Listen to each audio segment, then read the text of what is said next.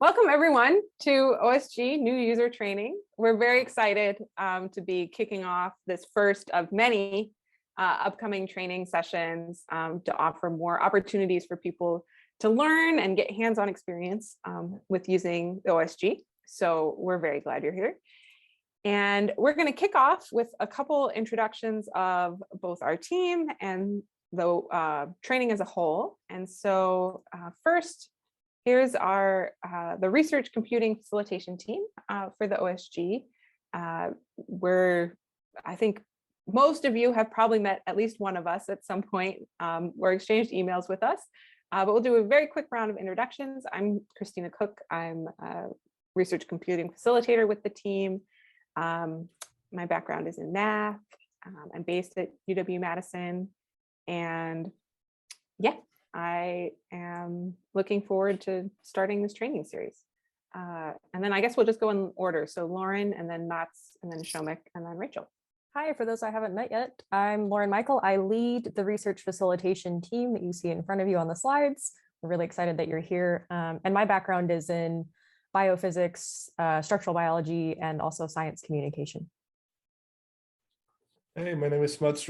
I'm also a research facilitator. I'm based at UC and I'm a computer scientist. Hi everyone, my name is Shomik Islam. I'm also a research facilitator. I'm a PhD candidate as well. I'm currently working from Holland Competence Center, and I'm located at University of Nebraska-Lincoln. And my background is mechanical engineering and acoustics. Hi everyone, my name is Rachel. I am also a facilitator. I'm currently located at UW-Madison, and my background is in biochemistry and in food science. Great, thanks everyone. So most of us are obviously on the call today. I think Shomik and Rachel will be keeping an eye on the chat for me and also answering questions. So if things come up, here's how you can interact with us during this training. We definitely want to hear questions that you might have as we go along. So you can, if you want to ask out loud, you can raise your hand and or unmute, and raise your hand using the little reactions tab, unmute, share your question. You can put questions in the chat. Rachel or Shomik can answer them there and or elevate them to me, and I'll read it out and provide an answer out loud. So those are all options for solving problems or answering questions as we go along. There may be points where we kind of check in with everybody to see where you're at. And so the reactions button that's shown there, we may ask you to use that occasionally, just so we can gauge where people are in certain steps of the material. We're going to start with slides and then end with slides, but there will be a portion in the middle of this training where we do some hands-on work. And our hope is that you have your OSG account, you can sign in, and you can follow along. So again, all these methods to support will still be with you when we reach that point. But just be prepared for that. We think you'll get a lot more out of the training if you do follow along.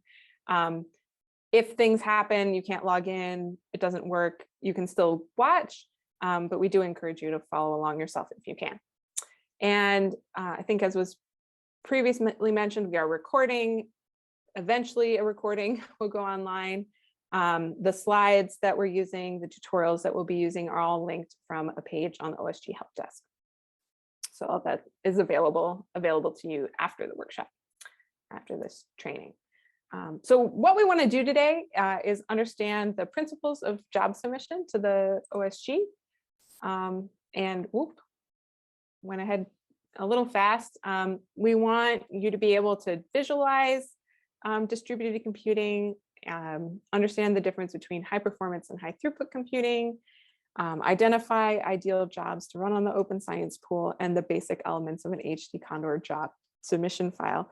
So I will note that we are not going to cover some more specific topics like software, including containers, data management. We'll kind of touch on them, but won't cover those in a lot of detail.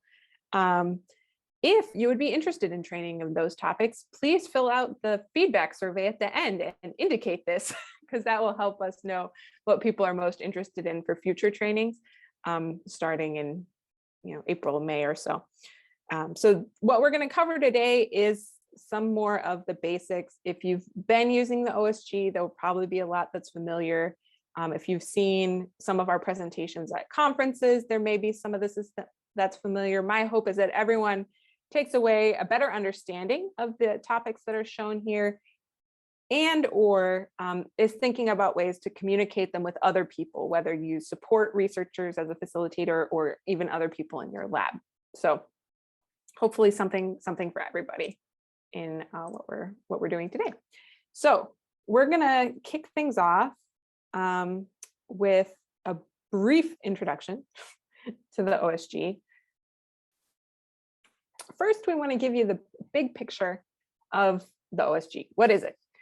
It's a worldwide network of computing power contributed by different entities, including colleges, universities, national labs, and other research groups or centers.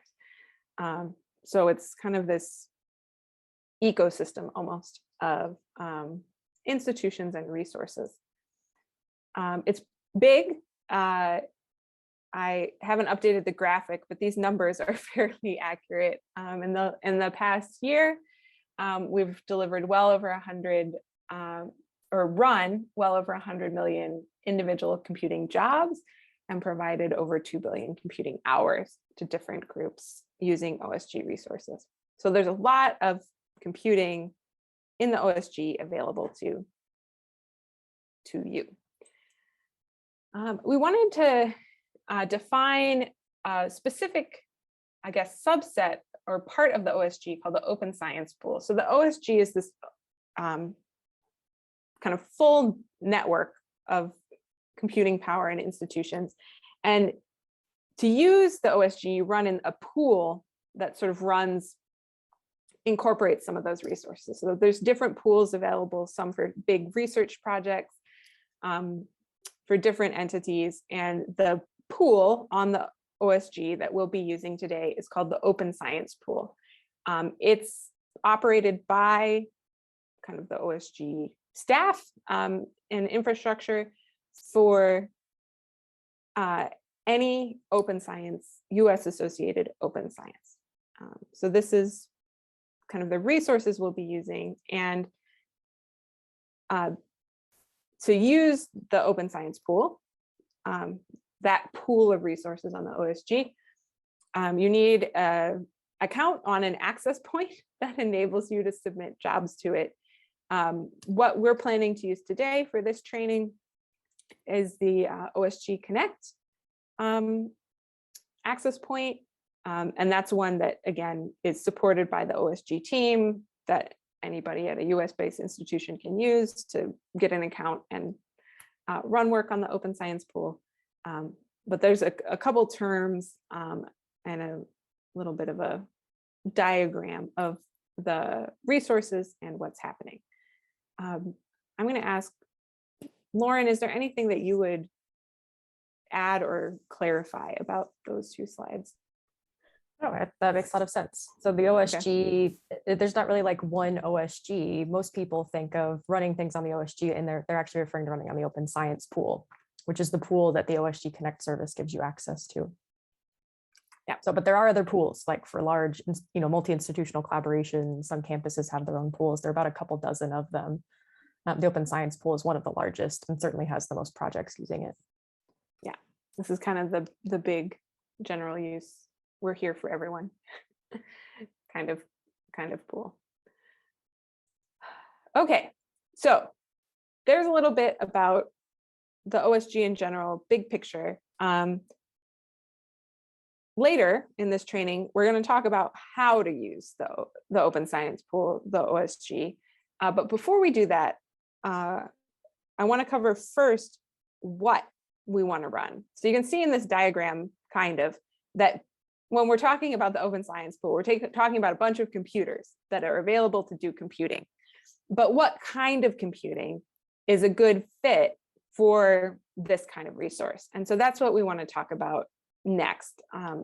We're going to give an overview of what we call high throughput computing. So one of the ways we describe high throughput computing is if you start with a big computational problem. So it could be big for a lot of reasons. You have big data sets, you have many parameters, you have many grid points, too big to run on one computer. The answer is to use more computers.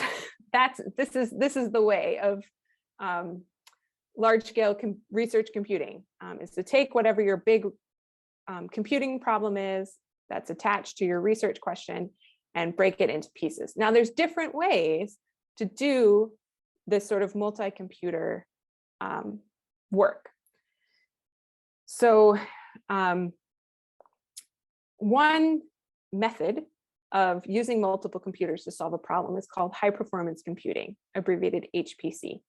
One way we describe HPC and what I'll talk about next, which is high throughput computing, or HTC, is through the metaphor of the world's largest cake. So if you were thinking about this is our big problem. We want to make the world's largest cake. Do we make the world's largest oven to make the world's largest cake? So this is analogous to using a high performance computing approach to solve a big problem where you need kind of a big computer, maybe composed of multiple computers, but like kind of a large single resource that's going to be doing a lot of things. And this is going to have trade-offs. It's going to be expensive. Wait times for, if you think of like the world's largest oven, are going to be pretty long. And it's highly likely that like some part of it might break. You know, there's limitations and reasons why for this particular problem of making the world's largest cake, we probably aren't going to make the world's largest oven. Instead, we're going to use a different approach, which we're characterizing as high throughput computing, where you make many, many, many small cakes and then put them together into the world's largest cake. And so this is what we would describe as a high throughput workflow, where you take your big problem and break it into a bunch of small pieces and run them on a bunch of different computers in this case. The advantages for this particular problem of that approach are that you can run on lots of different kind of computers. If one or two of them fails, it's not the end of the world. You can just try somewhere else. So it's a little more resilient. And so those are some benefits of taking this approach for the problem of the world's largest cake. And so to bring everything fully back to computing, away from cakes, we characterize high performance computing as something that requires parallel programming with MPI. It's running on multiple computers that are all connected to each other, co-located, working together on a single big problem where the sort of sub-problems are communicating with each other. That requires a specialized computing system. High throughput computing is where the parallel nature of the problem is kind of naturally there. You have many files or many parameters. The problem itself could be thought of as a bunch of small pieces. Each of those pieces is independent, and you could run each independent piece on a typical computer. You don't really need like a big specialized computing system. Okay, so that's a kind of comparing and contrasting the two. The important thing is to know if your problem can be turned into this kind of high throughput computing approach, if it's a good fit. If that's the case, you have a kind of research computing problem that can be described as all of these independent pieces. And the following things are true. The individual pieces or jobs are short or resumable. I think this was already mentioned. They sort of can run on something like a laptop or desktop. You aren't working with huge amounts of data. So individual tasks or jobs can use up to like 10 to 20 gigabytes of data, but not a lot more. And that your software and data are reasonably open. You're not using really restrictively licensed software, and you don't have human subject data or things that would require extra compliance to use it on a computing system. So if you have that sort of profile to your work, then your work is a really good fit for the OSG, because it's a system with, as you saw on the map, there's different OSG or open science pool resources all over the US and the world. We want to make sure that the work we're running can be moved to those different places and run effectively. And that's what these characteristics are getting at. So here's basically that same information, but in a table. I think this is a nice summary of sort of the ideal OSG use case, which I would call almost like laptop sized. And the you may still get a lot of computing out of the OSG. Talk to us and we can see if that's promising. If your jobs are sort of in individual tasks are in this range. If you're starting to have lots and lots of data or calculations that really need multiple cores, multiple processes to finish in a reasonable amount of time, maybe, again, talk to us, and we're always happy to talk through whether or not what you're running would be a good fit for the resources available through the open science pool on the OSG. Okay. So with the previous slide in mind, this sort of ideal high throughput computing problem, high throughput computing job, what are some research problems that do work well with that high throughput model? And so there's a few examples on this slide, some bioinformatics work like sequence alignment, a lot of statistical modeling techniques when you're like testing them or developing them require a lot of independent runs. That's a very high throughput computing problem. Similar idea to a parameter sweep, having multiple input files that all need to be processed independently. So these are some examples that we've seen running on the OSG with a lot of success. There's certainly more out there. And a lot of these can be seen in many different research domains. So there's a lot of variety possible there as well. Okay, so if you're interested in learning more about specific research examples, this slide is more for reference later. There's often researcher talks at the annual OSG All Hands meeting and the Summer OSG User School.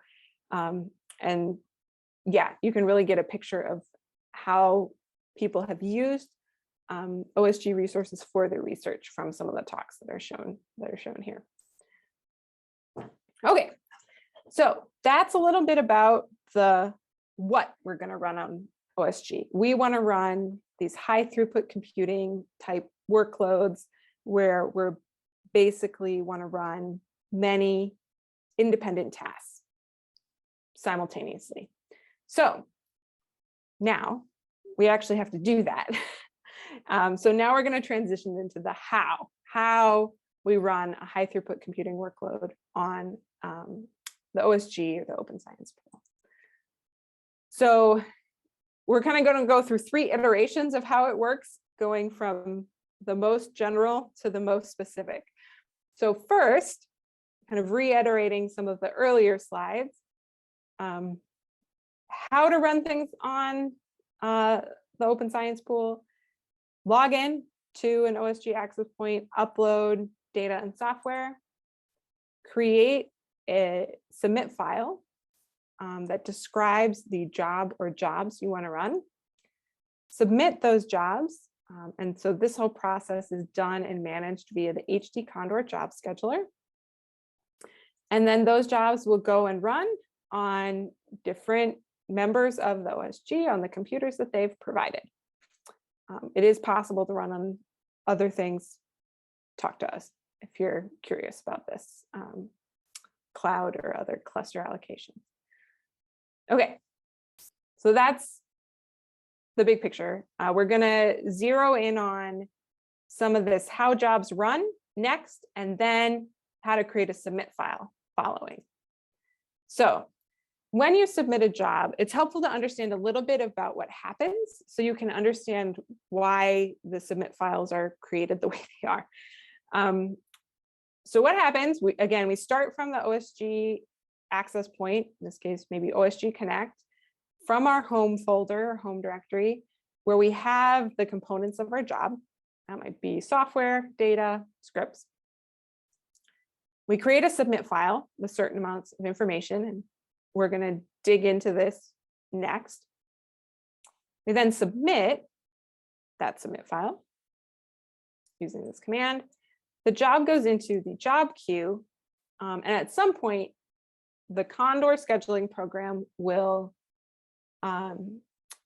pick what we call an execute node, execute point, execute node, a computer out on the system for your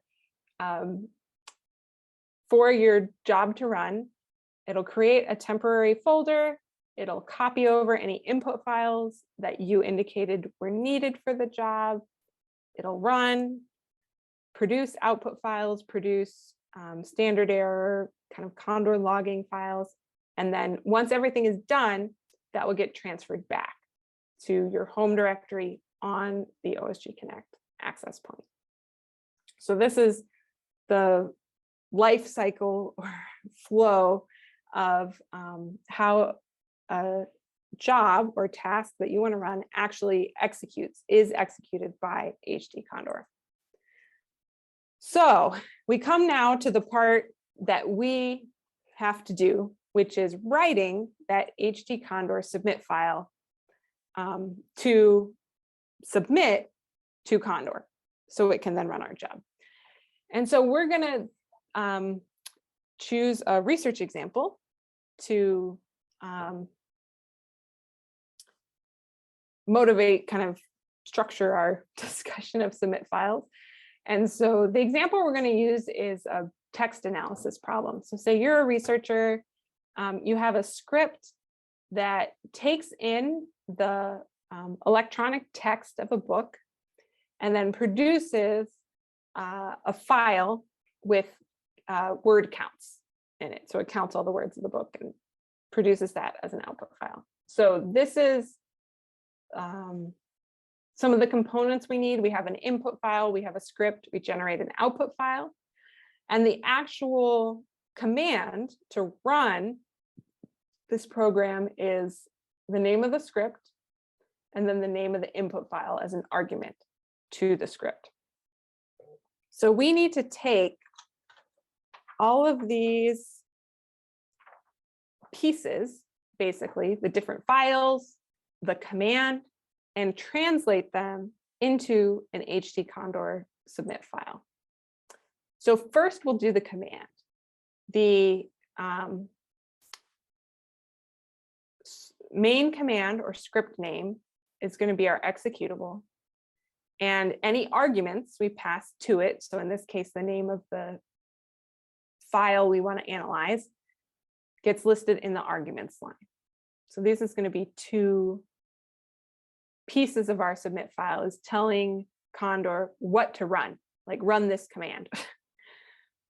The other piece we need to think about is the actual files we're using.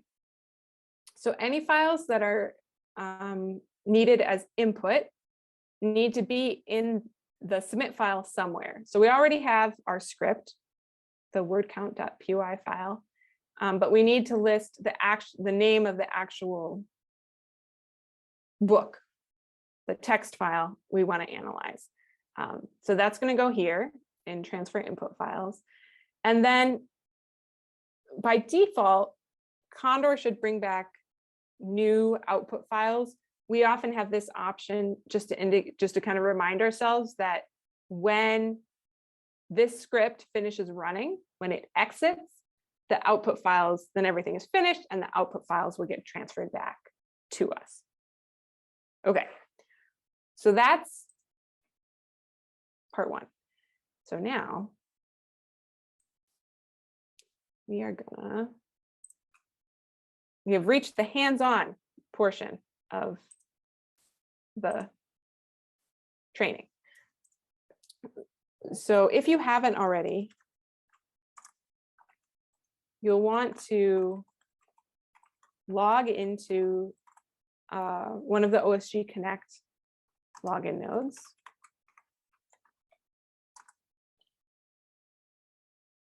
And then run this command to download the tutorial we'll be using, which is built on the example we just looked at. We're going to kind of actually set it up and try running it for real instead of just looking at it on slides.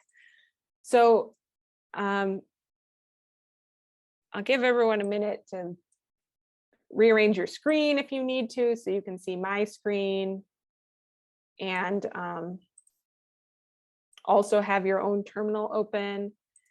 And okay, I can't see all the reactions, but if you're planning to follow along, can you, in the reaction, and you are logged in and have run this command successfully, please put the little green check mark up in reactions. And then we can see. So we log in, we run this tutorial command. And then what this does is it creates a directory or folder called tutorial dash word frequency. So we're going to change directory CD into that tutorial. And then if you type ls, you should see a couple different books, our word count script, a README, something like this. So I'm going to assume this is what folks have seen. If you haven't, please let us know. All right, so hopefully everyone who's following along is at this stage. I'm going to clear my screen just so it's easier to see what I'm doing. But you should be in, if you type pwd print working directory, you should be inside the tutorial word frequency directory. If you type ls, you should see files that look like this. Okay, so here's our script. Here's Alice in Wonderland.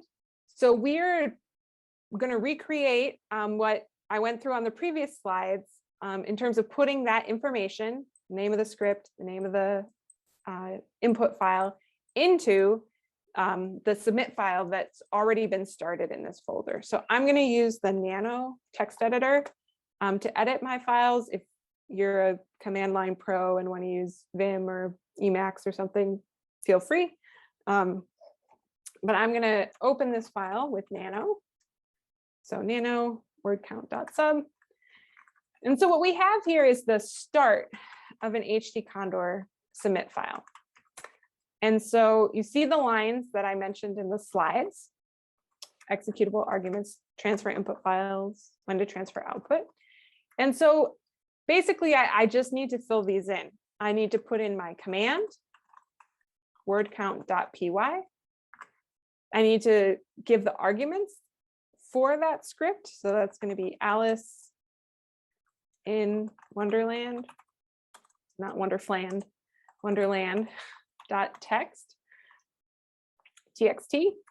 And then this argument doesn't actually transfer the file, it just tells it to the script. So I also need, in the transfer input files line, to type in Alice in Wonderland. So what I hope people can walk away with is that whatever you're doing in your research code, to run it as a Condor job, to submit it as a Condor job, you need to translate whatever it's doing into this submit file format. And so these are most commonly the lines you need to edit because they capture what's unique about the whatever it is you're running, the actual command and the files that you need. So that's the information we need to run this specific text analysis calculation analysis.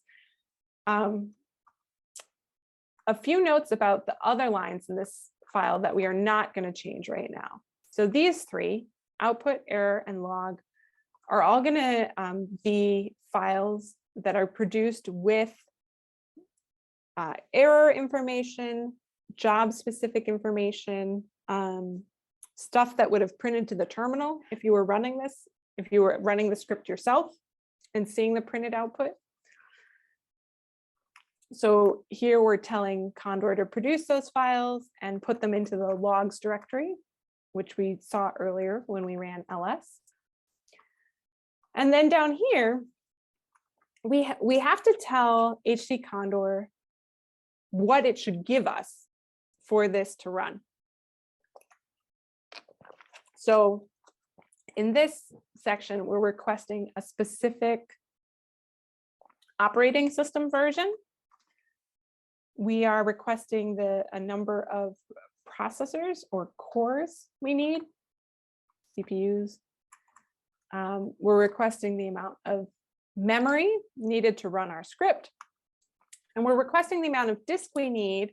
So remember, this is actually going to go run on some other computer. And so we need to make sure there's enough space for both our input files and our output files. Okay, so that's a walk through the submit file. To save our changes, saving in Nano is write out.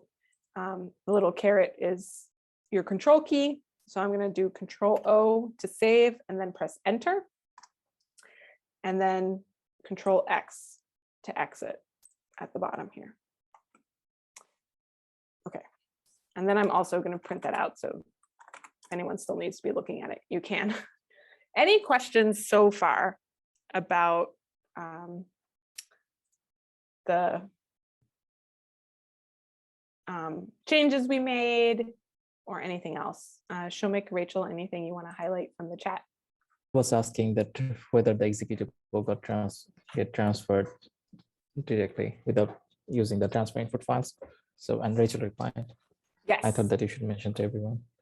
Yeah, that's a great question because I kind of glossed over that detail, that the executable kind of does two things. It both makes sure that that file is transferred and it treats it as the main command to be executed.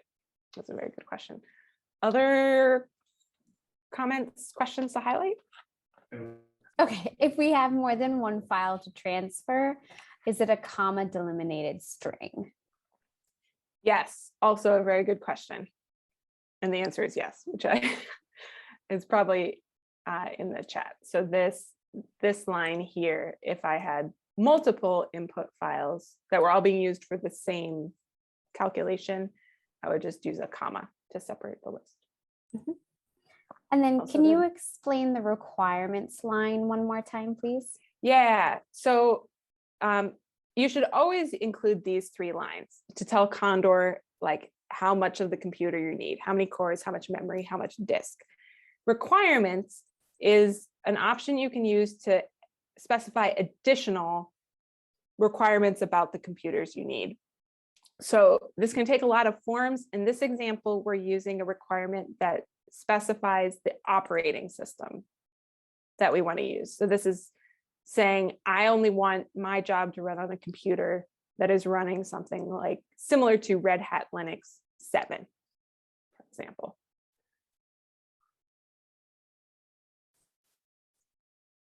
Let's go ahead and submit this. I should have actually done that sooner so it would start running. So the command to submit jobs is condor submit, and then the name of the submit file, word count.sub. And then once I've done that, my job goes into the queue, and I can either type condor queue to check on it, or there's like a new-ish feature we can run condor watch queue, and it gives like a little progress bar, which is less interesting here because we only have one job, but we'll have more later and the output will be interesting. So the commands I just used are also in the presentation. So condor submit to submit jobs, Condor Q or Condor Watch Q to check on them. If you need to remove jobs, the Condor RM command is shown here. And you would use this with the job ID. So that is when I ran Condor Q up here, the job ID is this number. And you often need that if you want to run other commands where you're looking at a specific job. Okay, so Condor Watch Q, my little progress bar is giving me green hash marks. So that's great. I have to do Control-C to exit. So this means my job ran successfully. If you submitted a job and it completed, either you check Condor Watch Q looks like this, or you run Condor Q and it's empty, that indicates the job is no longer in the queue because it's done. And or you now have a file, if you run ls, called counts.aliceinwonderland.tsv. Please put up the little green thingy. Okay, so here our job ran, hopefully for most of you, hooray. So let's start with the output file that came back. So this was originally produced on the server or node where the job ran and then brought back to us. And if we open it up with less, or you could read it, you would look at the beginning or end with head or tail, counts Alice in Wonderland.tsv. We see, so here's all the words where there's only one of them. And then if I go to the bottom of the file, the most popular word is the, followed by and, to, and a. Not a huge surprise there. So that's good. Our code ran, produced output, progress. The other thing I want to look at is the files that I mentioned, the standard output, standard error, and log file that are in this logs directory. So I think I have a slide about this. I do. So we just looked at the output from the script. And so in a minute, we'll look at the standard output and standard error files. This is typically where you'll see errors and messages from your code. And then the HD Condor log file gives information about the job and how it ran. So these are really important to look at when you're starting out to make sure things are running correctly and that you're using resources in an efficient way. So if I go back to my example here, I'm going to clear my screen again. LS logs. First, I'm going to look at job, and I'm using tab completion here because I don't want to type out all those numbers. So in the logs directory, we'll start with the error file. Yeah. So this is a bunch of warnings that we are trying to get rid of, but with limited success, that have nothing to do with the success of your job. Typically, warnings are non-fatal, meaning that it's like a warning, but things still continued.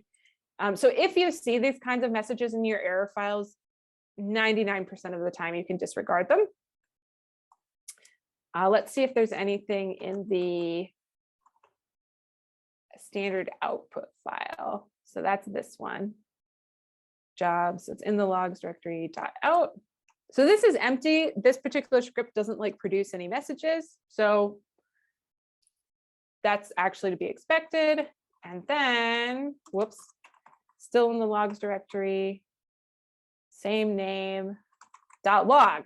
The log file has all this information about like when the job was submitted, when it started transferring its input files to a server, when it started running on that server, plus the name of the server. It's really buried in here, but it is there. Then it ran. Then it transferred the output files back, and then it completed. Okay, so that sort of reiterates the job like life cycle or job flow that was on the slides earlier. It's a good review. And then at the very end, after the job terminates, this is the table that you always want to check when you're running something new. It shows how many resources you actually used, how many you requested, and how many you were allocated. For the most part, you can ignore the allocated column and really focus on the first two. So for this example, I requested 500 megabytes.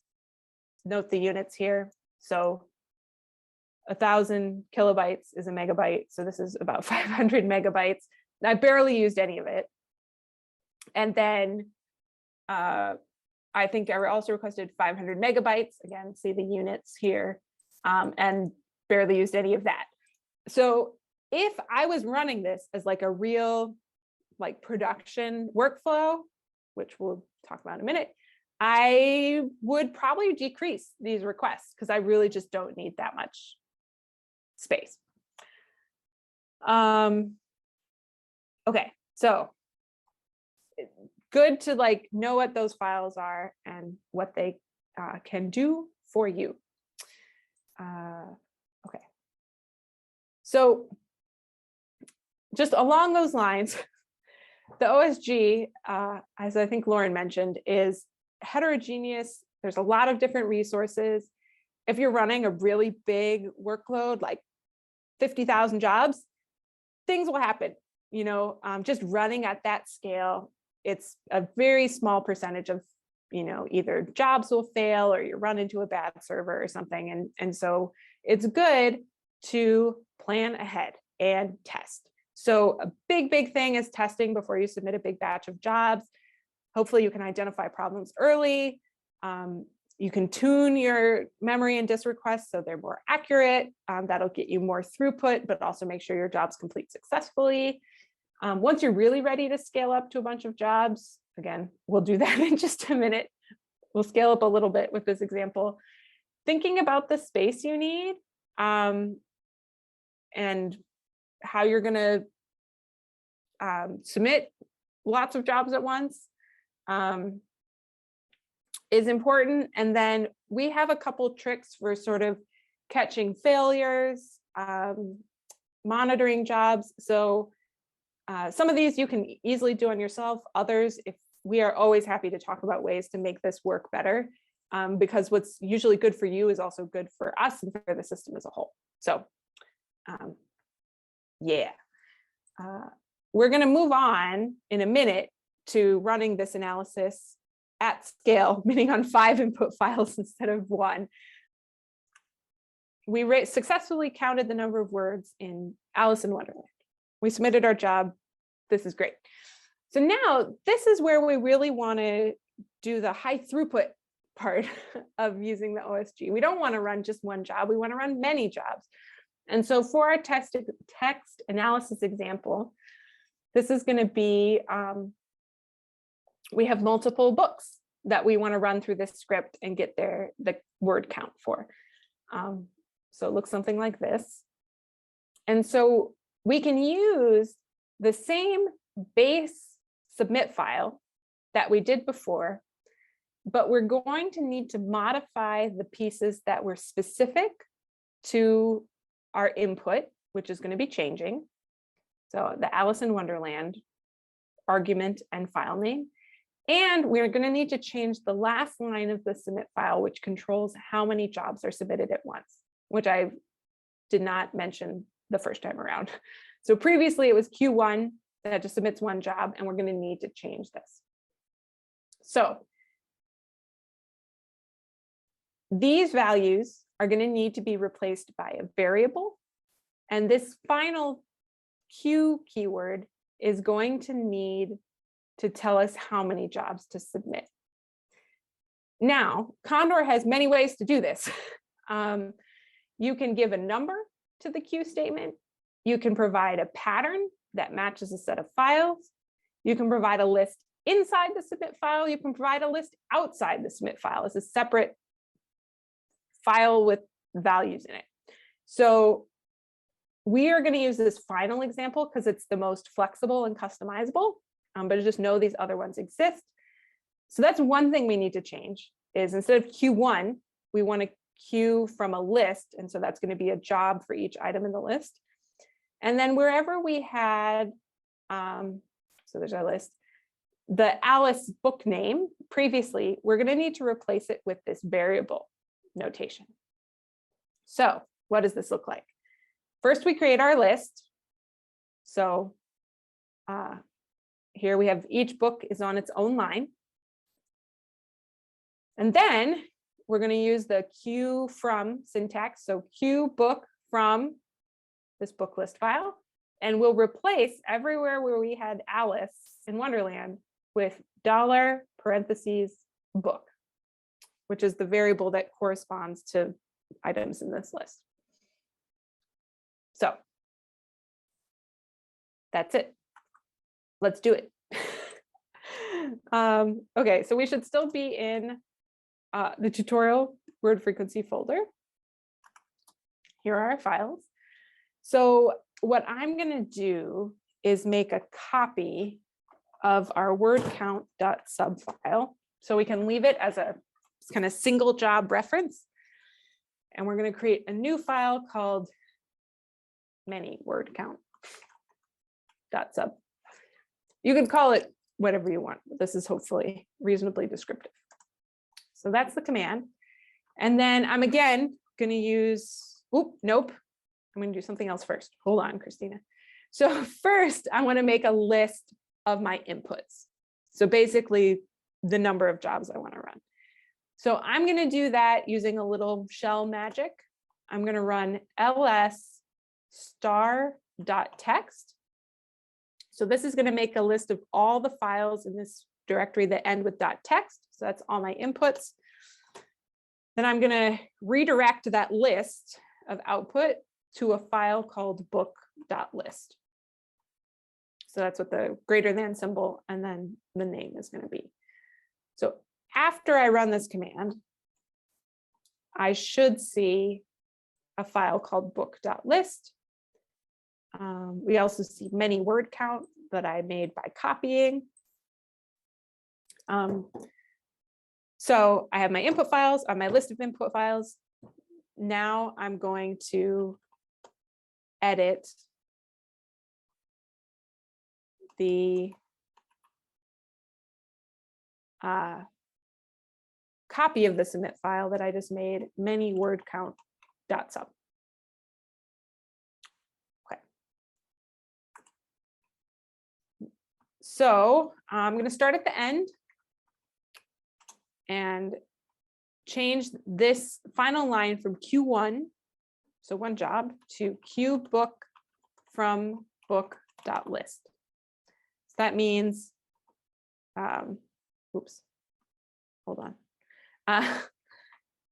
That Condor is going to submit a job for every item in that list I created.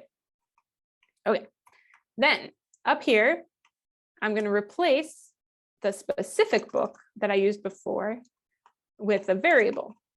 And so the variable format again is a $sign and then parentheses. And then a variable name. So I'm using book here because that's the name I used down here in my Q statement. But really nothing else needs to change. It's mainly replacing all the specific references into something that's a variable so that it's more flexible.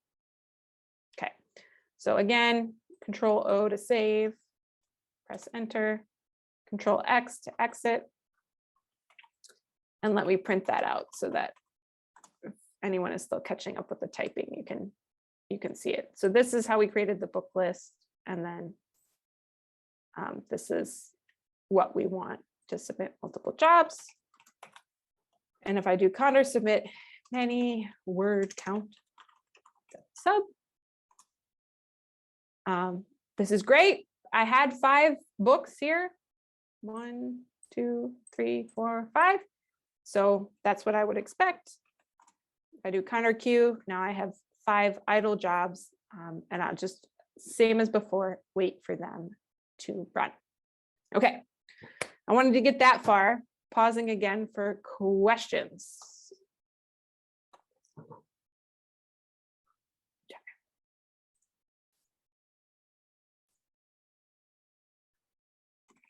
So 3 of my jobs have run and 2 are still waiting. So not sure what's going on with that. Hopefully all of you are having better luck. We'll just keep waiting. So I would expect from this to see 3 counts files. And that is in fact what I see if I run ls. So the ones that have run so far, Alice in Wonderland, Dracula, and Huckleberry Finn. We're still waiting for Pride and Prejudice and Ulysses. So I saw a question in the chat about overwriting output files, which I want to mention because it is very important. So with the counts files, this Alice in Wonderland file actually overwrote the one we made earlier. So if I run ls minus lh, so I get timestamp information, you'll see that this one was written like 2 minutes ago. So it overwrote the one that I made before. And then these 2 are new. Oop, and here's Ulysses. So I'm almost done. Pride and Prejudice is struggling. So that's really important though. If all of your jobs produce a file called like output.txt, it'll just keep overwriting when it comes back to the home directory. So it's really important to make sure that each of your jobs produces output files with unique names if you want to get all the results separately. You can do some organizational things where you put outputs into different directories, which is another strategy, but it's really important to think about how to prevent things from being overwritten and how to know which results you've gotten back. So like here, the naming scheme is really clear. I can tell that which of my data files I'm still missing. In the logs directory, we used some built-in Condor variables that are always going to be unique for each job. If you go back to the submit file, you'll see that the files are named with something called the cluster or cluster ID and process or process ID. Those are numbers that are auto-assigned to every job. A group of jobs submitted together all has the same cluster ID, which you can see here, the one ending in 293. And then each job has a unique process ID within that group, starting with 0, so 0 through 4. And so because we did that, these all had unique names and didn't overwrite each other. But if we had just used something like job.error, job.log, job.out, some of them would have been overwritten. So hopefully that's helpful. Yeah. And so I'm looking at the chat again. So the question about, is there a way to name output files in the submit file? The standard output file, yes. If it's the output from your script, really the only options you have are passing like an argument to your script that is the name of the output file, so it gets the right name. And there's also a renaming function that works in the submit file. But usually you want to have something that's kind of built in to your script. So this script automatically names the output with the name of the input. So if you have different input names, you're guaranteed to have different output names. And that's usually a good strategy. Okay. Whoa. Any other questions about this example or kind of job submission in general? Because we're going to wrap up with talking about your research and applying this to your work. Okay, I'm going to touch on one note I saw in the chat, and then we'll wrap things up. This question about the log for many word count.sup. Note that the disk usage is always per job, and each job only has one input and output file. So it's not like all 3 output files, or all 5 output files were processed together. They weren't. Each of those individual .txt files got sent to a different computer and produced its output on that computer, and then it all came back. So the only time you see all the output files together is after the job's complete and they've all been returned to your home directory. So that might be why if you look at the disk usage for one of the multiple jobs we submitted, it should be the same, roughly speaking, as the single job, because the size of the individual jobs themselves hasn't actually changed. We're just submitting more of them.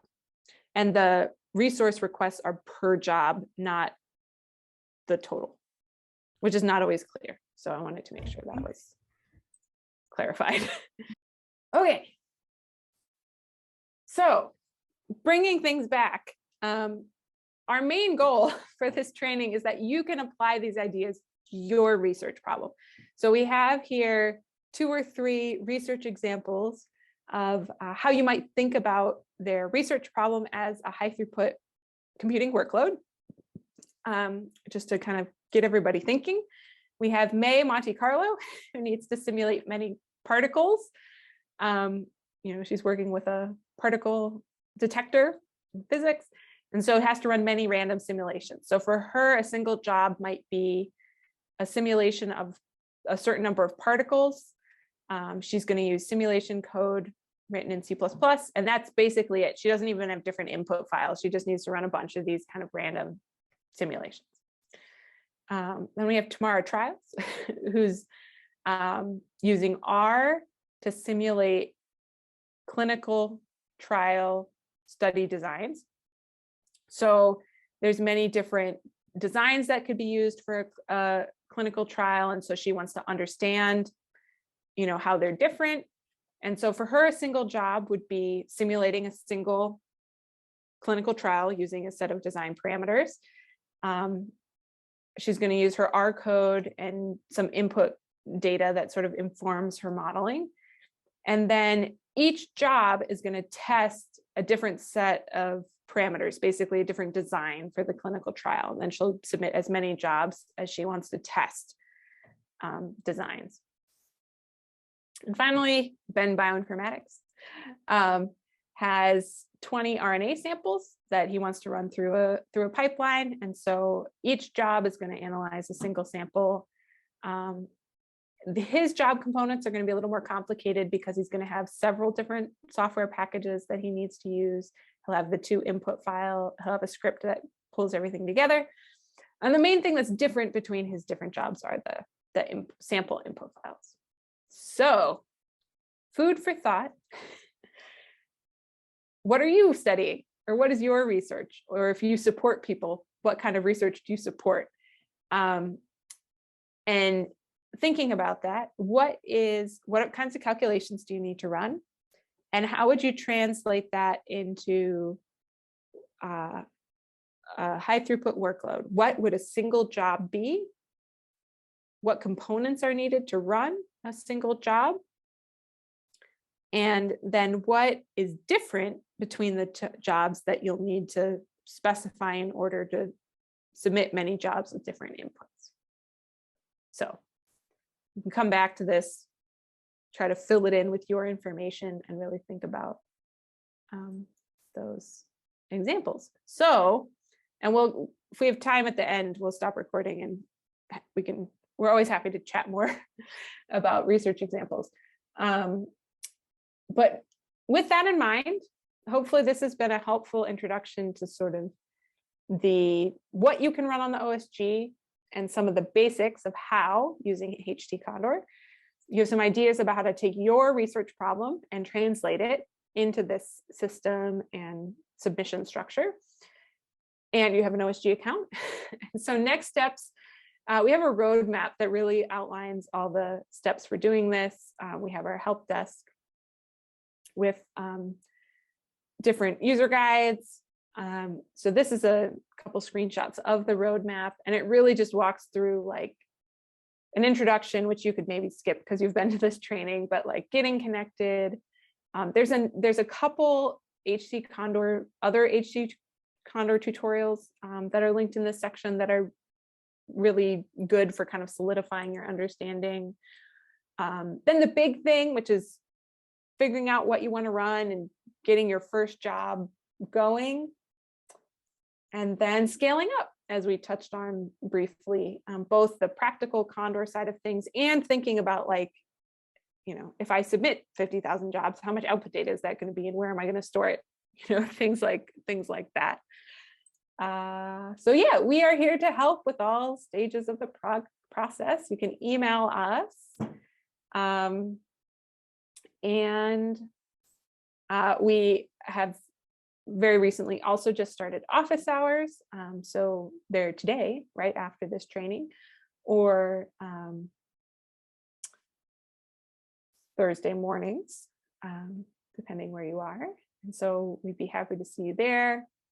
If you can't find the connection information, just let us know. And I think that's it in terms of slides.